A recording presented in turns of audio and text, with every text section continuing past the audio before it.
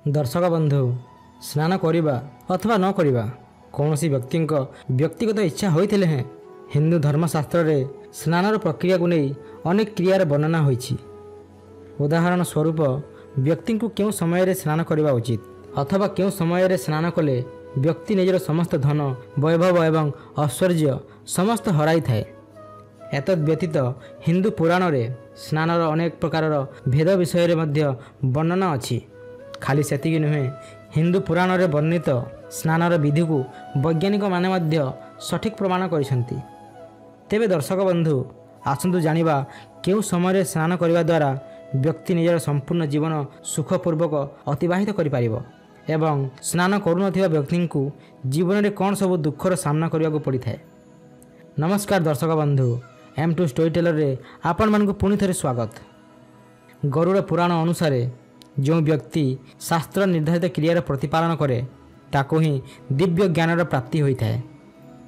गरुड़ पुराण रे कहा जाइछि कि व्यक्ति को ब्रह्म मुहूर्त रे शय्या त्याग करी धर्म एवं अर्थर चिंतन करिबा उचित।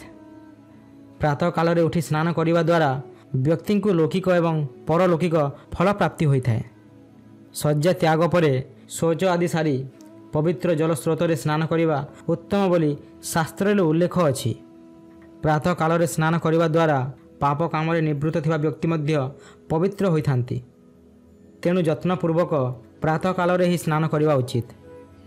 गरुड़ पुराण रे परम पिता ब्रह्मा स्नान करिबा द्वारा प्राप्त होथुबा शुभ फल विषय रे गरुड़ को एही प्रकार कहंती कि कौनसी व्यक्ति जेतेबेले राति रे गभीर निदरे सोईथाए ता मुखरू अपवित्र मल सदृश लाल बाहरी थाए। एहा द्वारा मनुष्य शरीर अपवित्र होइथाए। तेणु प्रातः काल रे उठी कौन सी धार्मिक काम करने पूर्वर स्नान करी यही अपवित्रता को सफा करदेवा नितांत आवश्यक। एणु प्रातः काल रे उठी व्यक्ति निजर शौच आदि कार्य निवृत्त होई स्नान करने उचित एवं यह परे ही कौन सी धार्मिक कार्य करने उचित। परम पिता ब्रह्मा अनुसार स्नान न करी धार्मिक कार्य करने द्वारा कौन सी फल प्राप्ति होई न थाए। विपरीत अर्थे बिना स्नान रे धार्मिक कार्य करुथुवा व्यक्ति को गरुड़ पुराण रे पापी बोली कहा जाइछि। एहा परे ब्रह्मा कहंती कि जदियो केवल स्नान न करिबा कौनसी पाप श्रेणीर अंतर्भुक्त नुहे परंतु सूर्योदय पूर्वर स्नान करिबा प्रत्येक मनुष्यर धर्म अटे। परम पिता ब्रह्मा एहा मध्य कहंती कि जदि कौनसी मनुष्य बिना स्नान रे निजर कौनसी दिनर आरंभ करंती तेबे तांकर कौनसी काम सफल होई न थाए। एहार कारण एहा कि स्नान न करथिबा व्यक्ति चारिपटे नकारात्मक शक्ति घेरी होई रही थांती। धर्मशास्त्र अनुसार नकारात्मक शक्ति सेठी रही थांती जेउठी अपवित्रतार बास होइथाए। एणु गरुड़ पुराण रे कहा जाइछि कि जो व्यक्ति प्रतिदिन स्नान करे नाही से अजाणतरे नकारात्मक शक्ति को निज आड़क आकर्षित करिथाए। गरुड़ पुराण रे अलक्ष्मी कालकर्णी क्लेश द्वेष त्रुटि आदि शक्ति को अनिष्ट कार्य शक्ति रूप में वर्णना करा जाइछि। एही शक्ति मानक मध्यरु कालकर्णी कौन सी कार्य रे विघ्न आनिबा रूप में काम करे अर्थात जो व्यक्ति प्रतिदिन स्नान करे नाही तार कार्य रे विघ्न आसीबार प्रबलता बढ़ी जाइथाए। एही पुराण रे अलक्ष्मी विषय मध्य वर्णना अछि। हिंदू धर्म रे अलक्ष्मी देवी को माता लक्ष्मी को भौणी रूप में कहा जाइछि परंतु माता लक्ष्मी को विपरीत देवी अलक्ष्मी को निर्धनतार देवी रूप में वर्णना करा जाइछि। गरुड़ पुराण अनुसार प्रतिदिन स्नान करू नथिबा व्यक्ति केबे हें धनवान होई न थांती कारण तांको घरे देवी अलक्ष्मी को बास होइथाए। स्नान करू नथिबा व्यक्ति सर्वदा विफलता को प्राप्त होइथांती एवं से जोगु तांको जसरे मध्य ह्रास होइथाए। एतद् व्यतीत परमपिता ब्रह्मा गरुड़ पुराण रे यह कहिसंती कि नियमित स्नान करू नथिबा व्यक्ति निजर पारिवारिक परिवेश रे मध्य क्लेश रे रही थांती। से यह मध्य कहिसंती कि स्नान करिबा द्वारा दुस्वप्न एवं दुर्विचार उत्पन्न होतबा पाप मध्य धोई होई जाइथाए एवं व्यक्ति तांको निज दिनर आरंभ ए समस्त पाप को धोई सारिला परे आरंभ करिथाए। एबे आसंतु जानिबा स्नान करिवार सठिक विधि कौन। दर्शक बंधु सर्वप्रथमे निज पाद को धोई तापरे कांध अथवा मुंडरे पानी ढाली स्नान आरंभ करंतु। एहार कारण यह कि ପୌରାଣିକ କାଳରୁ ମଣିଷ ନଦୀ ଅଥବା ପୋଖରୀ ଆଦିରେ ସ୍ନାନ କରୁଥିଲେ ଏବଂ ନଦୀ ଅଥବା ପୋଖରୀରେ ସ୍ନାନ କଲେ ପ୍ରଥମେ ପାଦ ଏବଂ ତାପରେ ପରେ ଶରୀରର ଅନ୍ୟ ଅଙ୍ଗ ସବୁ ଓଦା ହୋଇଥାଏ। ସ୍ନାନ କରିବାର ଏହି ବିଧି ପୌରାଣିକ ଏବଂ ବୈଜ୍ଞାନିକ ଦୃଷ୍ଟିକୋଣରୁ ମାନ୍ୟ ଅଟେ। ଗରୁଡ଼ ପୁରାଣରେ ସ୍ନାନ କରିବାର 6ଟି ଅଲଗା ଅଲଗା ବିଧି ବିଷୟରେ ମଧ୍ୟ ବର୍ଣ୍ଣନା ମିଳେ।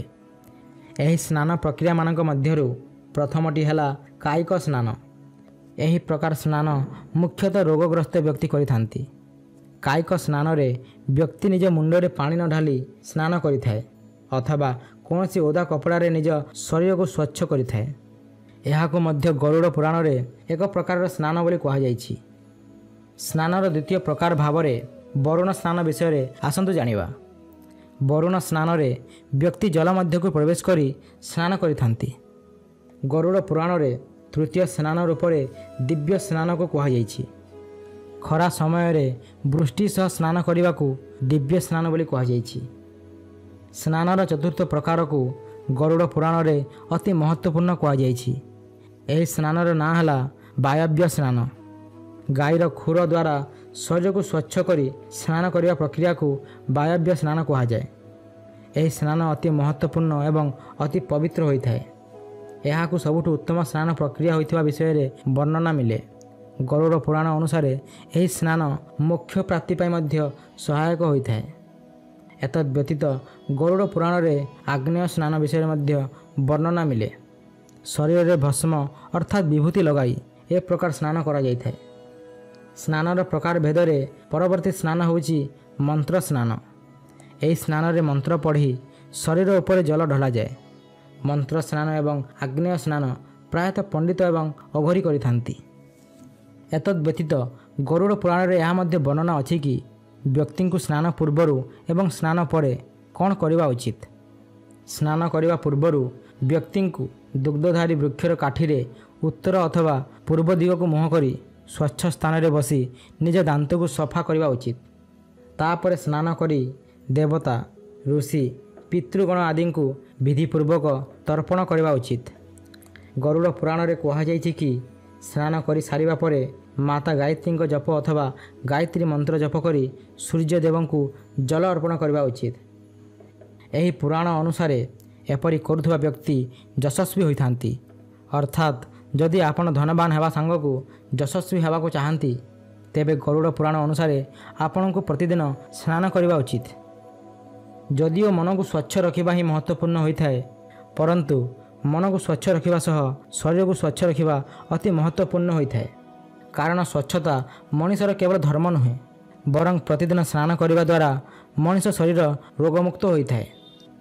ଏଣୁ ଆମ ସମସ୍ତଙ୍କ ପାଇଁ ଏହା ଅତି ଜରୁରୀ କି ପ୍ରାତଃକାଳେ ଶଯ୍ୟା ତ୍ୟାଗ ପରେ ନିୟମିତ ଶୌଚ ଆଦି କାମରୁ ନିବୃତ୍ତ ହେଲା ପରେ ସର୍ବପ୍ରଥମେ ସ୍ନାନ କରିବା ଉଚିତ।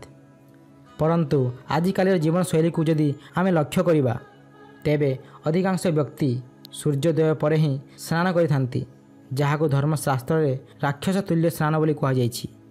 ଏବଂ ଧର୍ମଶାସ୍ତ୍ରକୁ ଯଦି ଲକ୍ଷ୍ୟ କରିବା ତେବେ ଜାଣିପାରିବା କି ଏହି କଳିଯୁଗରେ ମଣିଷମାନଙ୍କର ପ୍ରାୟତଃ ରୋଗର କାରଣ ଏହି ସ୍ନାନ ହୋଇଥାଏ। ତେବେ ଦର୍ଶକ ବନ୍ଧୁ, ଆମେ ଆଶା କରୁଛୁ କି ଆଜିର ଏହି ପ୍ରସ୍ତୁତି ଆପଣମାନଙ୍କୁ ପସନ୍ଦ ଆସିଥିବ। ଯଦି ପସନ୍ଦ ଆସିଥାଏ ତେବେ ଏହାକୁ ଅଧିକରୁ ଅଧିକ ଲାଇକ୍ ଏବଂ ସେୟାର କରନ୍ତୁ ଏବଂ ଏମିତି ପୌରାଣିକ ପ୍ରସଙ୍ଗ ଜାଣିବା ପାଇଁ ଆମ ଚ୍ୟାନେଲ୍ M2 ଷ୍ଟୋରି ଟେଲରକୁ ସବସ୍କ୍ରାଇବ୍ କରନ୍ତୁ। ବର୍ତ୍ତମାନ ପାଇଁ ବିଦାୟ ଦିଅନ୍ତୁ। ଆପଣମାନଙ୍କୁ ବହୁତ ବହୁତ ଧନ୍ୟବାଦ।